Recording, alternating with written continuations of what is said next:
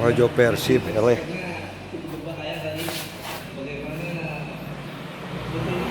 Babak 781. Sangat lemah, mendengar kata-kata guru Ta, Ye Guan tercengang. Tanpa berani berpikir terlalu banyak, Ye Guan langsung menghilang. Saat dia muncul kembali, dia sudah berada di depan Yin Yan. Saat dia melihat pemandangan di lapangan, Ye Guan tetap di tempatnya. Saya melihat waktu dan ruang di sekitar Yin Yan telah berubah menjadi bentuk yang aneh. Seolah-olah telah dipotong menjadi potongan-potongan yang tak terhitung jumlahnya oleh pisau. Yin Yan ada di dalamnya tangan, dan di bawah biolanya, waktu dan ruang itu fragmen-fragmen itu sebenarnya sedang ditata ulang dan disortir. Segera setelah itu, tubuh pikir Yi menjadi kosong, padat, menghilang, dan muncul kembali dengan aneh. Dan di ruang dan waktu yang aneh itu, Yin Yan bermain semakin bergairah, hingga ruang dan waktu di sekitarnya mulai bergetar. Tidak hanya itu, waktu dan ruang di sekitarnya perlahan-lahan mulai menjadi ilusi. Melihat pemandangan di depannya, Ye Guan penuh keraguan. Tuan Ta, apa yang dia lakukan? Xiao Ta berkata dengan cemas. Tolong suruh dia berhenti, saya tidak tahan. Mendengar ini, Ye Guan dengan cepat berkata, satu pemikiran. Mendengar perkataan Ye Guan, sebuah pikiran tiba-tiba berhenti di ruang dan waktu yang aneh. Dia mengangkat kepalanya dan melirik ke arah Ye Guan, lalu menyeringai dan mengambil langkah maju. Daerah sekitarnya kembali normal. Waktu dan ruang yang semula bergetar berangsur-angsur kembali tenang. Ye Guan buru-buru bertanya, Yin Yan, apa yang baru saja kamu lakukan? Yin Yan tersenyum tipis, lalu berkata, waktunya. Suaranya masih lembut dan lembut. Ye Guan sedikit bingung, waktunya? Yin Yan mengangguk, ya. Ye Guan berkata dengan suara yang dalam, bisakah Anda memberi saya rincian lebih lanjut? Satu pemikiran, waktunya reorganisasi. Ye Guan semakin bingung. Waktunya reorganisasi. Yin Yan berkedip, tidak bisakah, kamu Guan? Melihat Ye Guan tertegun, Yin Yan mengerucutkan bibirnya dan tersenyum, tapi tidak berkata apa-apa. Ye Guan dengan rendah hati bertanya, berapa waktu reorganisasinya? Yin Yan memandang Ye Guan dan berkedip, seolah dia bingung dengan pertanyaan ini. Melihat ekspresi polos hari itu, Ye Guan merasa sedikit malu, karena ekspresi orang lain seolah berkata, apa kamu tidak mengerti hal sesederhana itu? Yin Yan berjalan mondar-mandir dengan tangan di belakang punggung untuk waktu yang lama, mengerutkan kening sambil berpikir. Ye Guan bingung, apa yang gadis ini lakukan? Setelah beberapa saat, Yin Yan berhenti dan menatap Ye Guan, sedikit malu dan berkata, saya tidak tahu bagaimana menjelaskannya kepada Anda. Ekspresi Ye Guan membeku. Haha, Xiao Ta tiba-tiba tertawa. Ye Guan tetap diam. Harus dikatakan bahwa dia dipukul, dan dia tidak dapat membantahnya. Tentu saja, dia berpikir lebih jauh. Pikiran di depannya sungguh luar biasa. Pemikiran di depan saya adalah yang pertama dalam sejarah yang dapat menata ulang ruang dan waktu di sini. Dengan kata lain, kendali waktu dan pencapaian pihak lain pasti sangat menakutkan.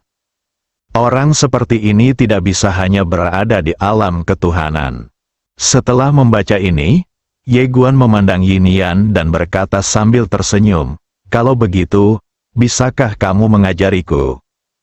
Yin Yan sedikit ragu. Ye Guan tersenyum dan berkata, apakah tidak mungkin? Yin Yan melirik Ye Guan, dan kemudian berbisik, kamu, mungkin sedikit lemah, tidak dapat menahan kekuatan waktu. Ekspresi Ye Guan langsung membeku. Haha, Xiao Ta tertawa lagi. Jarang sekali melihat si kecil ini kempes, dan itu adalah jenis yang tidak bisa dibantah. Ye Guan berpikir sejenak dan kemudian berkata, "Seberapa lemahnya aku?"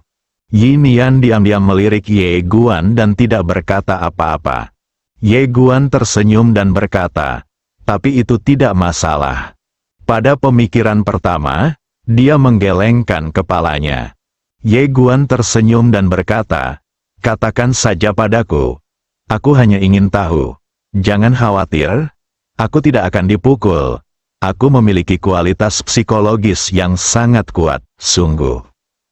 Yi Nian ragu-ragu sejenak, lalu berkata, "Sangat lemah."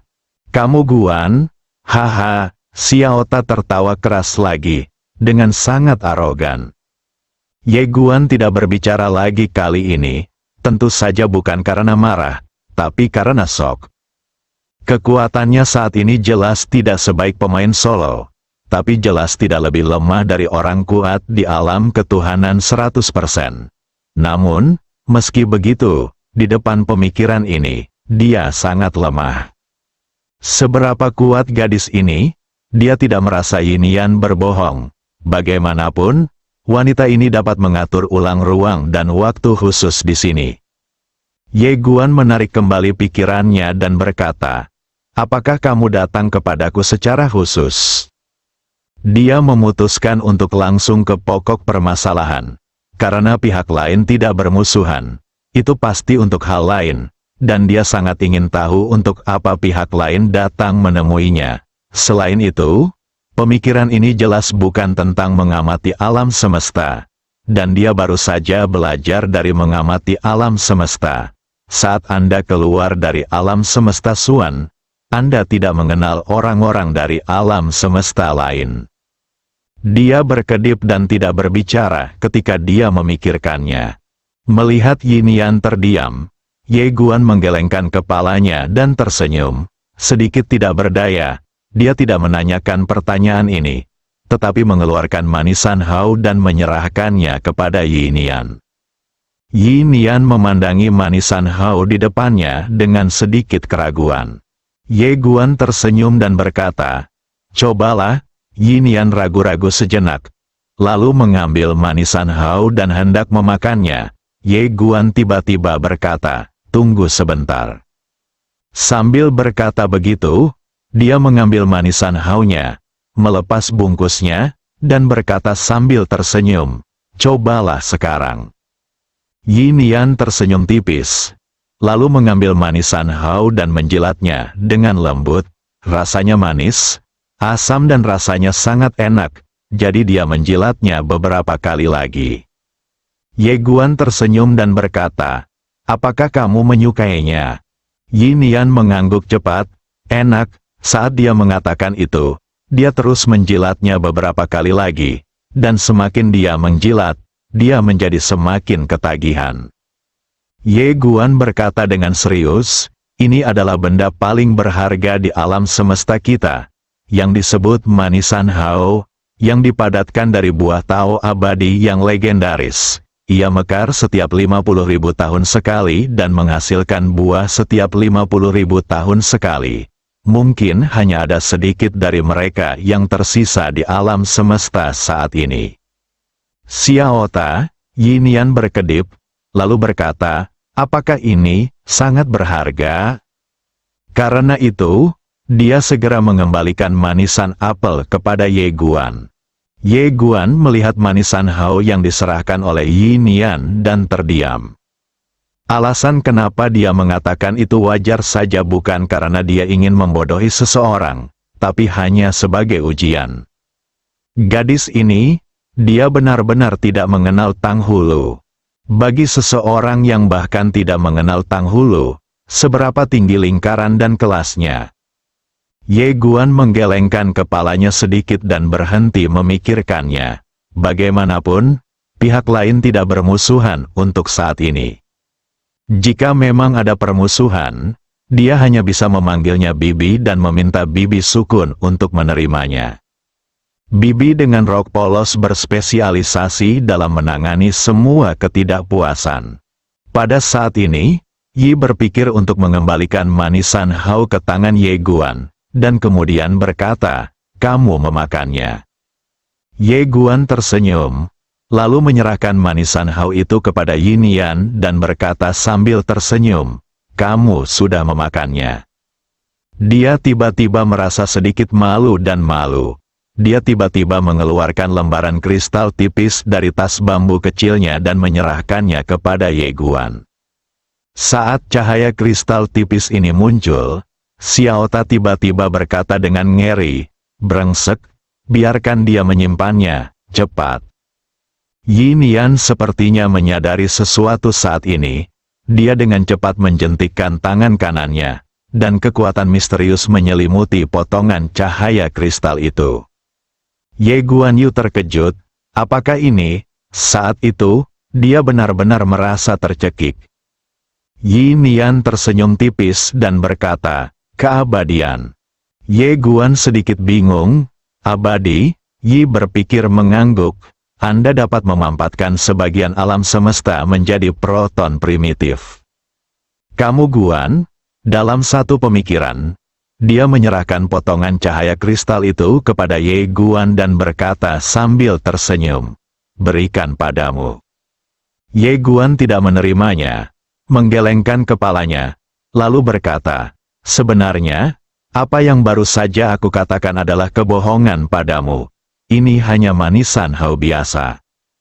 Saat dia berbicara, dia mengeluarkan segenggam besar manisan hao dan berkata sambil tersenyum, "Lihat, saya punya lebih banyak lagi." Yin Yan berkedip, lalu tersenyum tipis dan tidak berkata apa-apa. Ye Guan tersenyum dan berkata, "Saya tidak punya niat buruk lainnya. Saya hanya ingin melihat apakah Anda tahu tentang manisan hao pada tongkat. Jelas, Anda tidak tahu tentang manisan hao pada tongkat." Setelah mengatakan itu, dia meletakkan manisan hao dan potongan cahaya kristal di tangan Yin Yan. Tanpa berkata apa-apa lagi, dia berbalik dan meninggalkan menara kecil itu. Di tempat yang sama, Yin Yan melihat manisan hao dan potongan cahaya kristal di tangannya. Setelah merenung sejenak, dia tersenyum sedikit. Meskipun dia hanya bisa melihat separuh wajahnya, dia tetap menawan. Di luar menara, Xiao Ta tiba-tiba berkata, "Mengapa kamu tidak menginginkan benda itu? Benda itu pasti nomor 2 setelah pedang King Xuan di tanganmu." Ye Guan menggelengkan kepalanya, "Jika aku benar-benar mengambil benda itu, apakah aku masih manusia?" Meskipun dia rakus akan uang, dia tetap punya keuntungan. Xiao Ta berkata dengan suara yang dalam, "Asal-usul gadis kecil ini pasti sangat rumit." Ye Guan mengangguk sedikit, "Tuan Menara, mengapa kamu mengatakan dia datang kepadaku dengan sengaja? Harta karun, menurutku itu tidak mungkin. Karena dia hanya menunjukkan ketertarikan pada pedang King Xuan atau waktu dan ruang di menara. Tapi tidak ada niat merampoknya. Tapi kalau bukan karena hartanya, lalu kenapa?" Xiao Ta berkata, "Jangan mengkhawatirkan banyak orang. Jika orang yang datang itu baik, maka bertemanlah dengannya. Jika orang yang datang itu jahat, hancurkan dia." Ye Guan tertawa, "Ya, dia sebenarnya tidak perlu terlalu khawatir. Terlebih lagi, sejauh ini, dia tidak memiliki niat jahat." Pada saat ini, lautan awan di kejauhan tiba-tiba bergulung. Saat berikutnya, awan tiba-tiba pecah. Dan kemudian, seorang pria berpakaian hitam dan membawa pisau panjang perlahan keluar. Melihat pria yang membawa pisau itu, Ye Guan langsung mengerutkan kening. Pria yang membawa pisau itu memandang Ye Guan dengan wajah tanpa ekspresi. "Kita bertemu lagi." Kamu melirik pria yang membawa pisau dan tersenyum tipis. "Saudaraku, kami tidak punya keluhan. Jadi mengapa repot-repot?" Pria dengan pisau itu menatap ke arah Ye Guan dan langsung menyela Ye Guan. "Menurutku kamu tidak bahagia. Tapi..." Tertawa, saat ini, Ye Guan tiba-tiba menghilang. Pria dengan pedang itu tiba-tiba mengecilkan matanya dan tiba-tiba menghunus pedang dan menebasnya. Tertawa, pedang Ye Guan langsung menghancurkan pedang pria yang membawa pedang tersebut. dan kemudian pedang tersebut langsung menembus alis pria itu, menguncinya di tempatnya. Pedang King Xuan, Ye Guan menjentikkan pakaiannya, lalu berkata, "Jangan menyela saya saat saya sedang berbicara, mengerti?" Setiap orang, bab 782, di mana rumahmu? Dibunuh langsung. Melihat pemandangan ini, semua orang kuat di belakang pria yang membawa pedang itu tercengang dan tidak sadar untuk beberapa saat. Pria yang membawa pisau itu juga membuka matanya lebar-lebar saat ini, dipenuhi rasa tidak percaya. Dia tidak menyangka bahwa dia akan langsung dibunuh oleh pembudidaya pedang di depannya. Pembudidaya pedang ini hanya 10% dari alam Shinto. Tidak. Sepertinya sekarang sudah mencapai 20% dari ranah Shinto. Dan bahkan jika dia berada di 20% alam Shinto, tidak mungkin untuk membunuhnya secara instan. Pria dengan pisau itu benar-benar terpana. Pada saat ini, Ye Guan membuka telapak tangannya, dan pedang King Xuan bergetar sedikit, hendak menelan jiwa pria yang membawa pedang secara langsung. Tiba-tiba, nafas mengerikan menyapu dari belakang Ye Guan dalam ruang dan waktu. Suara menggelegar bergema dari surga ke bumi. Coba sentuh dia. Pria kuat dengan keilahian 10%, Ye Guan melambaikan lengan bajunya. Ledakan, pria dengan pedang di punggungnya langsung diserap oleh pedang King Xuan.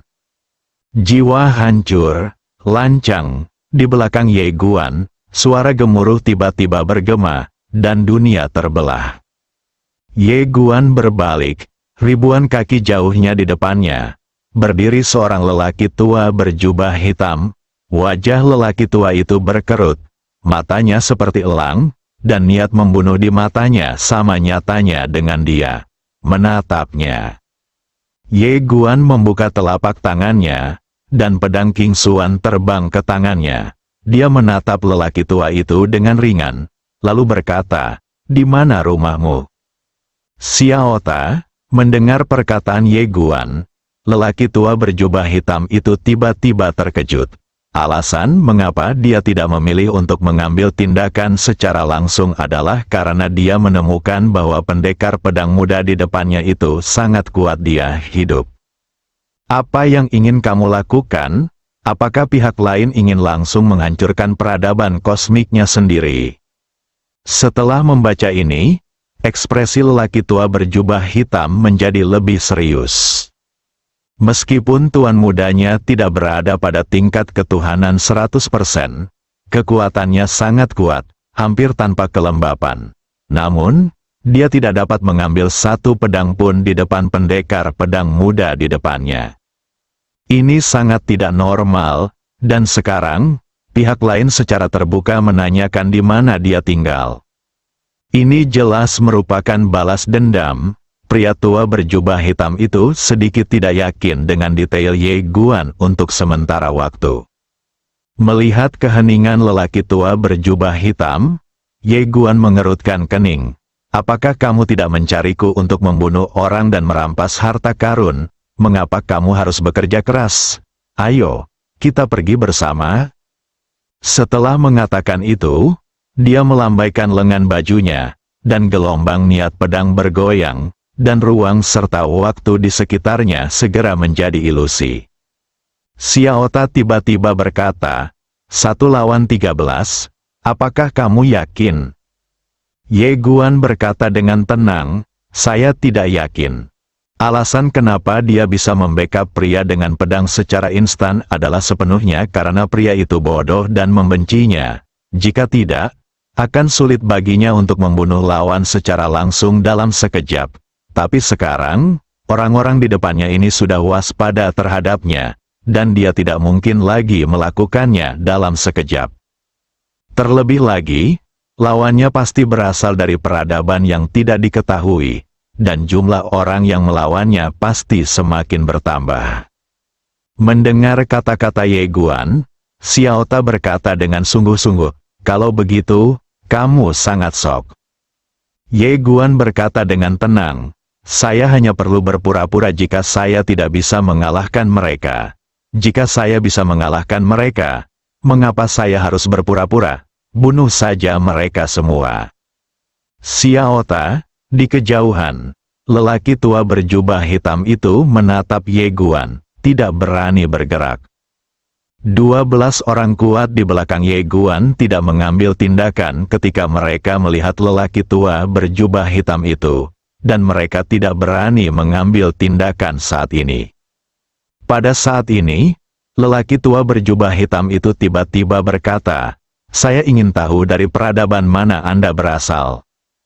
Dia memutuskan untuk mencari tahu terlebih dahulu asal-muasal pendekar pedang muda di depannya, dan kemudian memutuskan apakah akan mengambil tindakan. Ye Guan tersenyum dan berkata, "Peradaban kecil tidak layak untuk disebutkan." Pria tua berjubah hitam itu mengerutkan kening. Ye Guan tersenyum dan berkata, "Jangan terlalu banyak berpikir. Peradabanku sangat rendah, dan aku tidak punya dukungan, sungguh." Pria tua berjubah hitam itu melirik ke arah Ye Guan dan berkata, "Yang mulia, Anda bercanda." Ye Guan berpikir sejenak, lalu berkata, "Sepertinya tidak ada gunanya kebuntuan kita di sini. Apakah kamu ingin bertarung atau tidak? Bisakah kamu memberitahuku kata-kata yang tepat?" Orang tua berjubah hitam menatap Ye Guan. "Orang yang baru saja Anda bunuh adalah saya, Tuan Muda. Jika kami membiarkan Anda pergi seperti ini, akan sulit bagi kami untuk melakukan apapun." Ye Guan mengerutkan kening, dan pada saat ini, lelaki tua berjubah hitam itu tiba-tiba berkata, "Yang mulia, apakah Anda dari peradaban kosmik tingkat ketiga?" Ye Guan Dao hampir mencapai peradaban tingkat pertama. Orang tua berjubah hitam berkata dengan sungguh-sungguh, "Yang mulia pasti berasal dari peradaban kosmik tingkat ketiga." Ye Guan sedikit bingung. "Apa ini?" Pria tua berjubah hitam itu menatap Ye Guan dalam-dalam, berbalik dan pergi tanpa berkata apa-apa. Melihat lelaki tua berjubah hitam berbalik dan pergi, sekelompok lelaki kuat itu saling memandang lalu berbalik dan pergi juga. Ye Guan bingung. Setelah beberapa saat, Ye Guan menggelengkan kepalanya sedikit, berbalik dan menghilang. Di sisi lain, lelaki tua berjubah hitam berhenti. Di sampingnya, komandan penjaga berkata dengan suara yang dalam, "Ki Tua, orang itu membunuh Tuan Muda. Kita pergi seperti ini. Bagaimana kita bisa menghadapinya setelah kita kembali?" Orang tua berjubah hitam tidak memiliki ekspresi di wajahnya. Dia berasal dari peradaban kosmik tingkat ketiga. Bagaimana peradaban kuno kita bisa dengan mudah bermusuhan dengan orang-orang dari peradaban kosmik tingkat ketiga? Masalah ini secara alami akan dilaporkan ke Dewan Tetua, yang akan mengambil keputusan. Komandan penjaga ragu-ragu untuk berbicara. Lelaki tua berjubah hitam itu melirik ke arah komandan penjaga di sampingnya, lalu berkata, "Apakah kamu cucu Pak Tuali?" Komandan penjaga itu mengangguk sedikit. Lelaki tua berjubah hitam itu menggelengkan kepalanya sedikit. "Demi Pak Tuali, aku ingin memberitahumu beberapa patah kata lagi. Ingat, saat bertindak di luar, kamu harus belajar memperhatikan kata-katamu dan melindungi dirimu dengan bijak. Jika kita pergi bersama, kita mungkin bisa menangkap pemuda itu. Tapi pernahkah Anda berpikir bahwa anak itu akan membunuh kita?" Setelah mengatakan ini, dia melihat ke arah komandan penjaga dan bertanya, "Berapa gaji tahunan Anda?" Komandan penjaga ragu-ragu sejenak, lalu berkata, 200 leluhur. Orang tua berjubah hitam berkata dengan lembut, 200 leluhur setahun, mengapa kamu berjuang untuk hidupmu? Setelah mengatakan itu, dia berbalik dan menghilang tepat di ujung langit. Selama dia melaporkan masalah ini, orang lain akan menanganinya. Selama Anda tidak melakukan apapun, Anda tidak akan membuat kesalahan. Jika Anda tidak melakukan kesalahan, Anda akan menang. Di tempat itu, komandan penjaga terdiam beberapa saat dan kemudian mencibir, "Pengasuh mayat, ini adalah tipe orang yang paling aku benci dalam hidupku. Namun, orang seperti ini masih menempati posisi tinggi dan sangat sukses. Dia benar-benar orang tua. Langit itu buta." Setelah mengatakan ini, dia melihat orang-orang di belakangnya dan berkata, "Pemuda itu membunuh Tuan Muda. Jika kita kembali dan melapor seperti yang dikatakan Penatuamo, meskipun kita tidak akan dihukum, kita tidak akan bisa melakukan perbuatan baik. Tetapi jika kita membunuh pedang itu, kamu akan diberi imbalan jika kamu kembali." Semua penjaga saling memandang, dan salah satu dari mereka berkata dengan sungguh-sungguh, "Bos, kekuatan pemuda itu sangat luar biasa. Jika dia benar-benar berasal dari peradaban kosmik tingkat ketiga, pasti ada seseorang di belakangnya. Kami." Pemimpin penjaga berkata langsung, "Kekayaan dicari dalam bahaya. Jika kita membunuhnya, pemimpin klan pasti akan memberinya hadiah besar saat kita kembali." Semua penjaga saling memandang. Pemimpin penjaga melanjutkan, "Yang pengecut akan mati kelaparan, dan yang berani akan mati kelaparan. Kekayaan dan kehormatan ada di sini untuk diperjuangkan. Ayo pergi."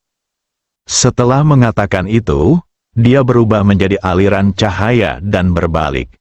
Para penjaga mengertakkan gigi dan berbalik. Sisi lain, Ye Guan, yang baru saja memasuki menara kecil, sepertinya merasakan sesuatu.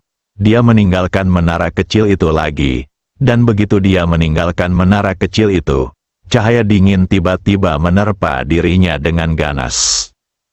Ye Guan mengangkat tangannya dan melambai, dan pedang yang kuat terbang keluar. Bang, cahaya dingin itu pecah, dan sesosok tubuh terlempar olehnya. Namun saat berikutnya, lebih dari selusin sosok datang langsung ke arahnya dari segala arah. Wajah Ye Guan menjadi gelap. Dia tidak menyangka orang-orang ini benar-benar membunuh karabin. Tanpa berpikir panjang, Ye Guan mengulurkan tangan kirinya, dan medan pedang langsung muncul. Ledakan, area ruang waktu di mana Ye Guan berada langsung dihancurkan dan dimusnahkan. Ye Guan mundur dengan keras, dan sekelompok penjaga yang kuat juga terguncang ke tanah dan mundur dengan keras. Sebelum Ye Guan bisa berhenti, komandan penjaga bergegas ke depannya lagi. Pada saat ini, Ye Guan langsung mengganti pedang niat di tangannya dengan pedang King Xuan, dan dia menebas ke depan. Tertawa, saat pedang jatuh, waktu dan ruang di depan Ye Guan terkoyak, dan pisau panjang di tangan komandan penjaga dicabik-cabik oleh pedang King Xuan dalam sekejap. Bang! Kekuatan yang kuat langsung menjatuhkan komandan penjaga itu ribuan kaki jauhnya. Begitu dia berhenti, tangan kanannya meledak dan darah berceceran. Komandan penjaga langsung tercengang. Tetapi pada saat ini, dia sepertinya merasakan sesuatu, dan pupil matanya tiba-tiba menyusut. Sebelum dia sempat bereaksi, sebuah pedang menembus tepat di antara alisnya, menjepitnya di tempatnya. Tunda pedang, pedang ini dengan kuat menjepit komandan penjaga di tempatnya. Wajah komandan penjaga itu penuh ketidakpercayaan. "Kamu?"